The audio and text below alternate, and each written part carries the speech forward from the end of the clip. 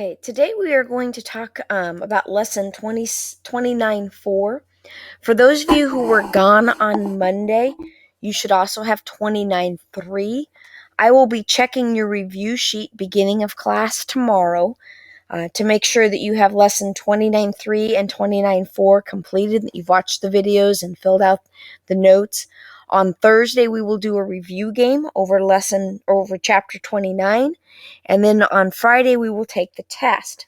So today we're going to be talking about how World War II actually ends. We left off with lesson 3 talking about the 1968 election. President Nixon was rerunning for election. He had pledged to end the war in Vietnam. His security advisor was Henry Kissinger.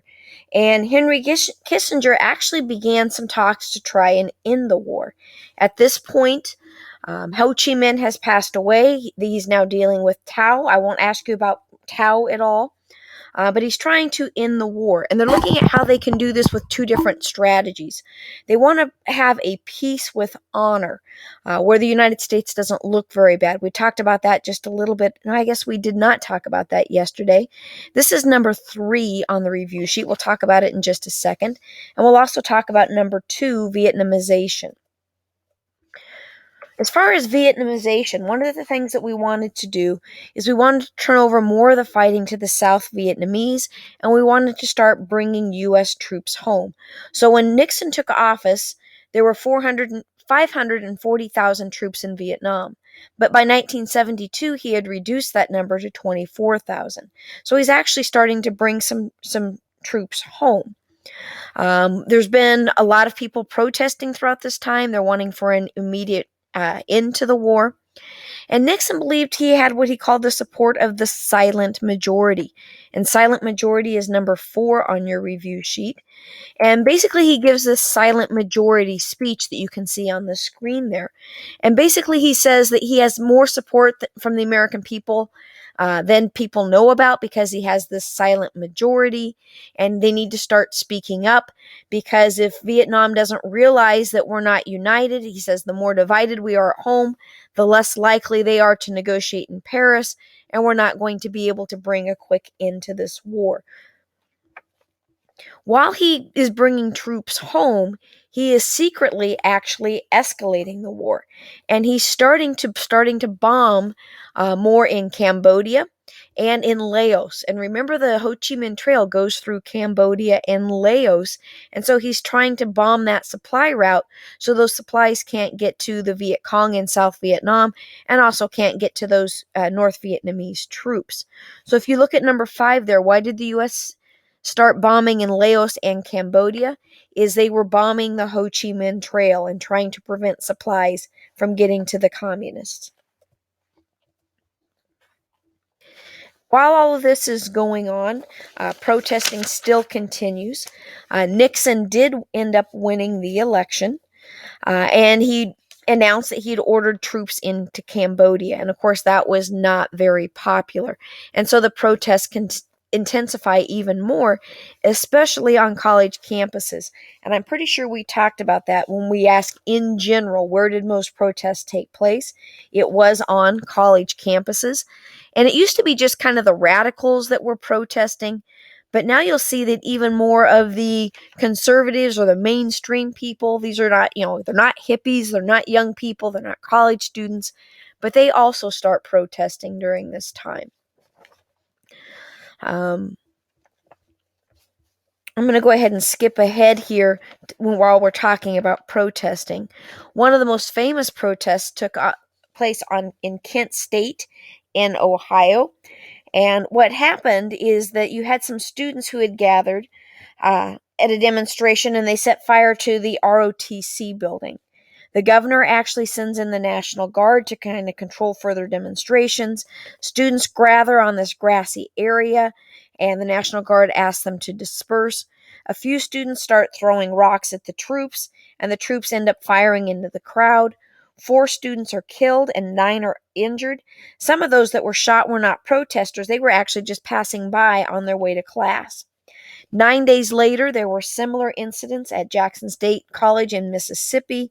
And again, this is going on around many places in the U.S. at this time. There's lots of protesting on college campuses. Another thing that led to some of the protesting here that I'm going to go back to is Americans learned more about the My Lai massacre and the Pentagon Papers. This is showing the picture there at Kent State. We kind of saw that when we listened to a video. As far as the My Lai massacre, what happens is you've got Lieutenant Calley, and he is on your review sheet.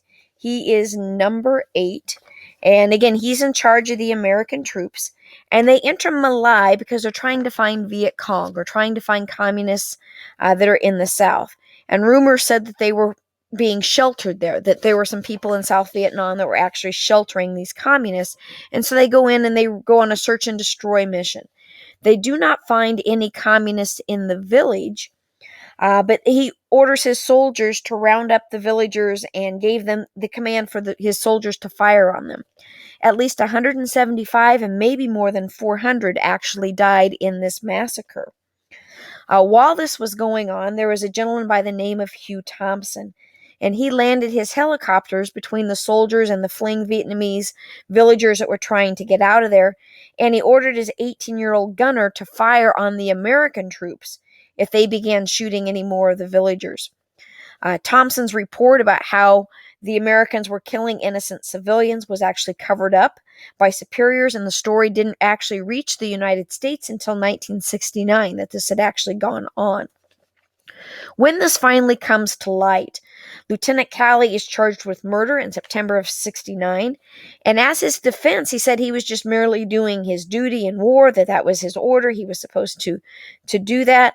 It goes through the trials. He's actually convicted of murder, and he's sentenced to life in prison. But Nixon reduced his sentence to 20 years, and he was out in 3 years for good behavior. So he really didn't serve a whole lot of time. But it does kind of bring us back to the Nuremberg trials, where we talked that just following orders wasn't an excuse like the Nazis tried to use. And kind of the same thing here. They kind of upheld that because Lieutenant Calley said he was following orders. This is what he was part of war. This is what he was supposed to do. And yet they went ahead and convicted him. In 1998, they actually, Hugh Thompson and the gunner and his crew that actually stopped the massacre, they were honored with the Soldier's Medal of Honor, which is the highest award for bravery unrelated to fighting an enemy. But again, a lot of this didn't come out until much, much later. Another thing that allowed or led to a lot of U.S. their dissatisfaction with the war and led to a little bit more protesting was there was something that came out that was known as the Pentagon Papers. And basically these were a collection of secret papers, and it really showed how long the United States had actually been involved in Vietnam. And basically it showed that the US, the government was kind of lying to the American people or misleading them, that we'd actually been involved a lot longer than we said we were. We had more troops there than we said we did. And Daniel Ellsberg actually leaked these papers to the press. You won't have to know him. And that caused many Americans to actually lose support for the war and begin protesting as well. Now, if I look at the review sheet here, you should have got number 8, Lieutenant Calley. You should have got we didn't really say number 9. What were the effects of the My Lai massacre? You need to put down for that one that actually they could not use. They were just following orders as a defense. That Lieutenant Calley was prosecuted even though he tried to use that as a defense. For the Pentagon Papers, you need to show that it was a collection of papers that showed how long the U.S. had actually been involved in Vietnam. When this comes out, many Americans feel like they have been lied to, and it causes the protests to actually increase. We come up here on another election in 1972. You've got George McGovern. He's a senator from South Dakota who's a Democrat. He's running against Nixon. One of the more popular things that he was promoting is that the Vietnam War be brought to an immediate end. He also suggested that they lower the voting age from 21 to 18. And this actually passed and actually became our 26th Amendment, which you will see on the review sheet. That should be number 11. 26th Amendment reduced the voting age from 21 to 18. Kind of the idea behind that was they thought that if you were 18 years old and you were old enough to serve in the war and die for your country, you were old enough to vote and decide who it was that was sending you to war. And so it lowered the voting age from 18 to 21. McGovern did not win the election. Nixon stressed law and order. Kissinger, remember who he said was his advisor, he announced a breakthrough in the peace talks just weeks before the election, and Nixon does win in 1972 by a landslide. It was not a close election. Nixon again was trying to force North Vietnam to make peace, so he started what was called the Christmas bombings, where he launches a lot of bombings in North Vietnam as well as some in Laos and Cambodia, and yet they fail to go ahead and surrender. Eventually, in January of 1933, they finally reach an agreement, and the United States agrees to withdraw all of its troops. We'll watch this video here in just a little bit here. So 2 years after the U.S. actually withdraws their troops, North Vietnam actually invades South Vietnam. And when they do this, there's a short amount of fighting. The South Vietnamese surrender. Again, the U.S. had a few people still there. They were working in the embassy. They were trying to help them. And that's where we're going to go back to the video here. And the U.S. military has to rush in and evacuate Americans who are still working in Saigon. Saigon is on your review sheet. That is number 13. That is the capital of South Vietnam. So when North Vietnam actually captures South Vietnam's capital, which is Saigon, that's kind of the end to this. And this video here will show the U.S. trying to withdraw all of its troops.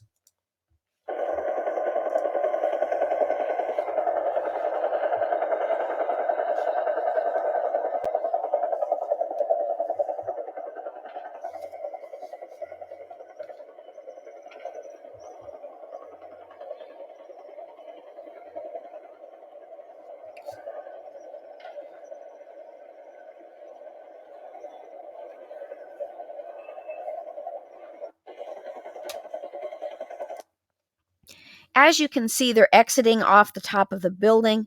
Remember, one of our goals was a peace with honor, and a lot of people feel that this wasn't very honorable. The fact that the U.S. soldiers are having to leave from the top of a building, they're having to get out of there very quickly because they're being overrun by the North. We also said that they also are going to evacuate some of the South Vietnamese. Now, if you think about this a little bit, some 130,000 South Vietnamese were also evacuated and flown into the United States. If they stay in South Vietnam and they've just been run over, there's not a very good probability for their fate. They're probably going to be killed by the North Vietnamese who are taking over the country, especially since they had resisted against this government. And so they also try to fly some of those out as well.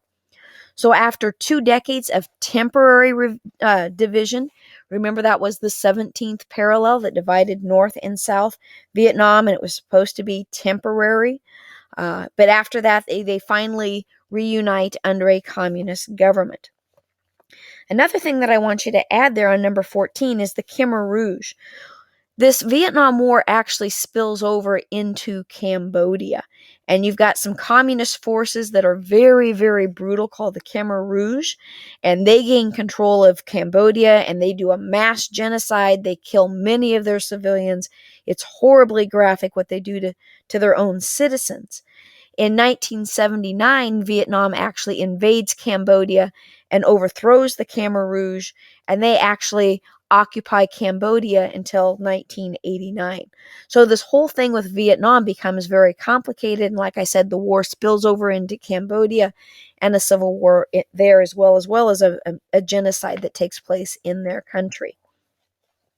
Now, one of the things that you're going to be asked, and this is back here on number 12, what has been the legacy of the Vietnam War? And you'll see there's 4 different blanks that you can have. And there's lots of different things that you can have. One of the things that you can have is just there were a lot of deaths. 635 South Vietnamese died. Viet Cong and North Vietnamese war dead equaled a million. So again, lots and lots of people died. If you see at the bottom there, more than 1.5 million Vietnamese have to flee their country after the fall of Saigon, so they're having to leave. We've talked a little bit about the damage to South Vietnam, where they use napalm and they're using Agent Orange and some of these defoliants and things. There's severe environmental damage. There's all kinds of landmines and things that are still in place, these punji stakes that have been planted across the country. And so there's lots of damage to South Vietnam. When we look at Americans, 58,000 Americans were killed. 600,000 were actually held as POWs or prisoners of war. One of the POWs was former Senator John McCain, and he was held, I think, for almost 7 years. And they were held in almost solitary confinement. And they started this tapping code. I've got a cool video I wish we had time to see, where they would tap like 1 for A and 2 for B, and they were constantly tapping out this code, and they got to know the person in the block next to them. They learned about their families and became very, very close. But it's a long time that some of those are POWs in Vietnam. There's several that are missing in action. There's still a lot of people that haven't been found, and 300,000 that were wounded. So that could be something that you could talk about a little bit. When the Vietnam vets came home, they weren't, there was no heroes welcome and parades. And a lot of times when the planes landed, they threw oranges and fruit at them and booed. And so they end up starting to fly the Vietnam vets back at like 2 in the morning and really late at night. And they don't announce when a plane's coming home. So there won't be a bunch of protesters for the Vietnam vets to deal with when they actually fly back from serving their country.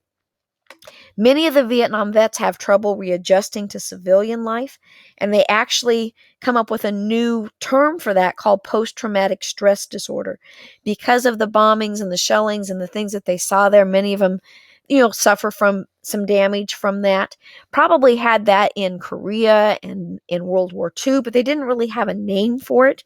After Vietnam, they started calling that post-traumatic stress disorder.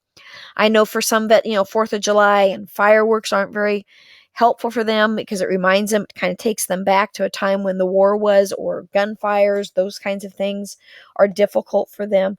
Lots of different things that soldiers deal with. Another thing that you could put for an impact is that the U.S. did not prevent the communists from taking over. At the end of the war, it's still one country. And that's why some people are really upset. I don't know if upset's the best word, but they don't think we really won in Vietnam. Because after 20 years of fighting, we've spent a lot of money, a lot of people have died, and really nothing has changed, and it's reunited under communist control. The U.S. does spend over $150 billion on the war, so you could put down that it was very, very expensive. Another thing could be that many Americans changed how they viewed government. They didn't trust their government after things like the Pentagon Papers, after things where Nixon's bringing troops home, but he's actually escalating the war by doing secret bombings, and the public doesn't know about it.